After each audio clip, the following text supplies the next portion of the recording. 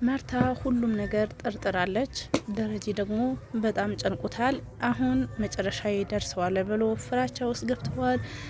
ዳጣ ደግሞ ማወቅን የፈለገችው ሰላም የጻፈችው ምናልባት ሰላም እንኳን እናቴ ትሆናለች የሚል ጥርጣሬ ሳይሆን ረጅም ዓመት እነሱ ቤት ስለሰራች ምናልባት ስለ እናቴ ታውቃለች በሚል ጠርጥራታለች።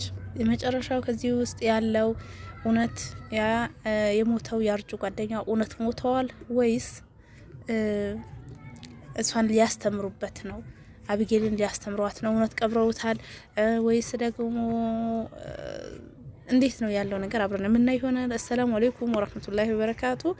እንግዲህ ተነፋቂ የሆናችሁ የአይሻ ቤተሰቦች እንዴት ናችሁ? ሰላም ናችሁ ወይ? ሁላችሁንም በያላችሁበት ያለ ህዝነት ረዲታ ይለያችሁ፣ አላህ ይጠብቃችሁ። ሀገራችንን ሰላም፣ ህዝባችንን ሰላም አላህ ያደርግልን። ሁሌም በመልካም ነገር ሰበብ ምክንያት የምንሆን አላህ ያድርገን። በመጥፎ ነገር ሰበብ ምክንያት ከመሆን አላህ ይጠብቀን የምላችሁን የአይሻ ነኝ። እንግዲህ በነገራችን ላይ ማርታ በጣም ጎበዝ ናት ማለት ነው። በጣም ጉብዝናዋ እንዴት ነው?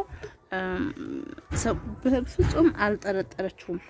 ብዙ ጊዜ ብጠረጥረውም ደግሞ ትዳርዋን ህይወቷን እንዳይፈርስ አዙራ ታያለች ማለት ነው። ይሄ ነገሯ በብዙ ታጋሽ አድርጓታል ማለት ነው።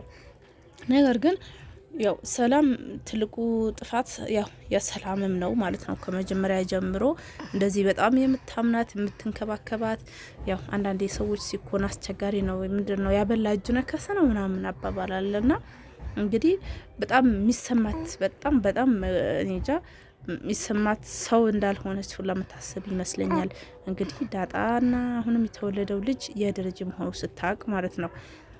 አቢጌል ያስመረመረችው ውጤት ብቻ እሱ ላይ ጥርጣሬ ስላላት ነው እንጂ ኦልሬዲ በጣም ጠርጥራቸዋለች። ነገር ግን ብጠረጥራቸውም ግን እንዴት ሊሆን ይችላል? ምናልባት ሰላም ከወለደችው ሰው ደግሞ ሊያውቅ ይችላልም የሚል ነገር አባቷም ሊሆንም ላይሆንም የሚል ያን ብቻ ሁለት መንታ መንገድ የያዘች ይመስለኛል። ለምን ያኔ በእርግጥ ያስመረመረችው የተሳሳተ እንትን ነው፣ ግን ያው እነሱ ግን የራሳቸው ነው ያው የመሰላቸው ማለት ነው።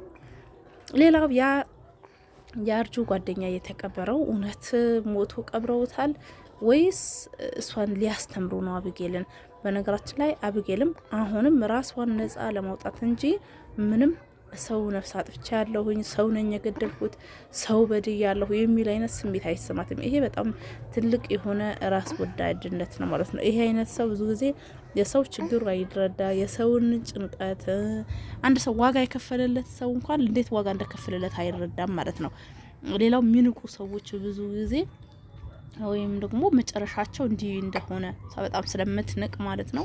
ሌላው ደግሞ የናቃችሁን ልጅ ነው እንግዲህ ሊያጠቃት ቤት ድረስ የመጣው ማለት ነው። እና ያው እስቲ እናንተንም እስቲ እንዴት አያችሁት ማለት ነው። ሌላው ዳጣና ናታን ያለው ነገራቸው ደስ ይላል።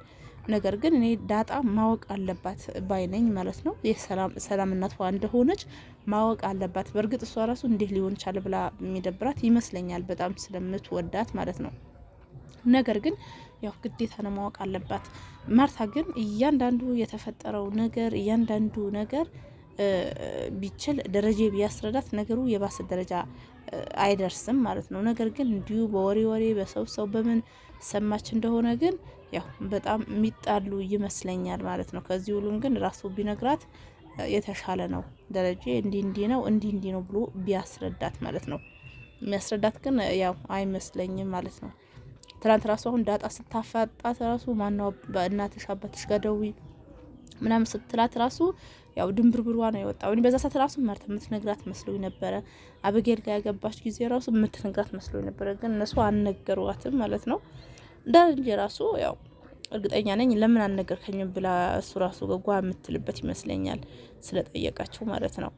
በአጠቃላይ እንግዲህ አሁን ያው ወንድ ልጅ አልነበረውም፣ ወንድ ልጅ ነው የተወለደለት።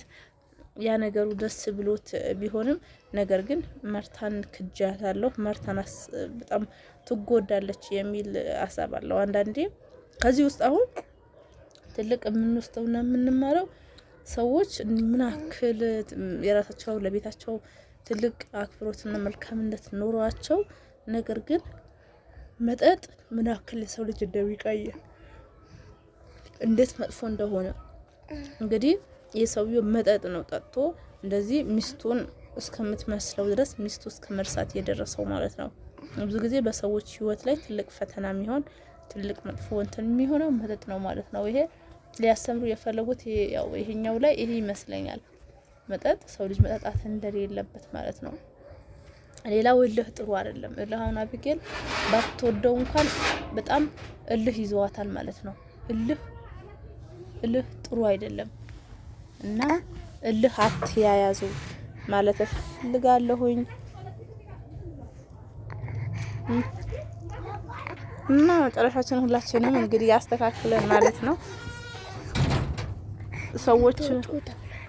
ሰዎችን ከማስቀየምና ከማስከፋት ይጠብቀን እላችኋለሁኝ።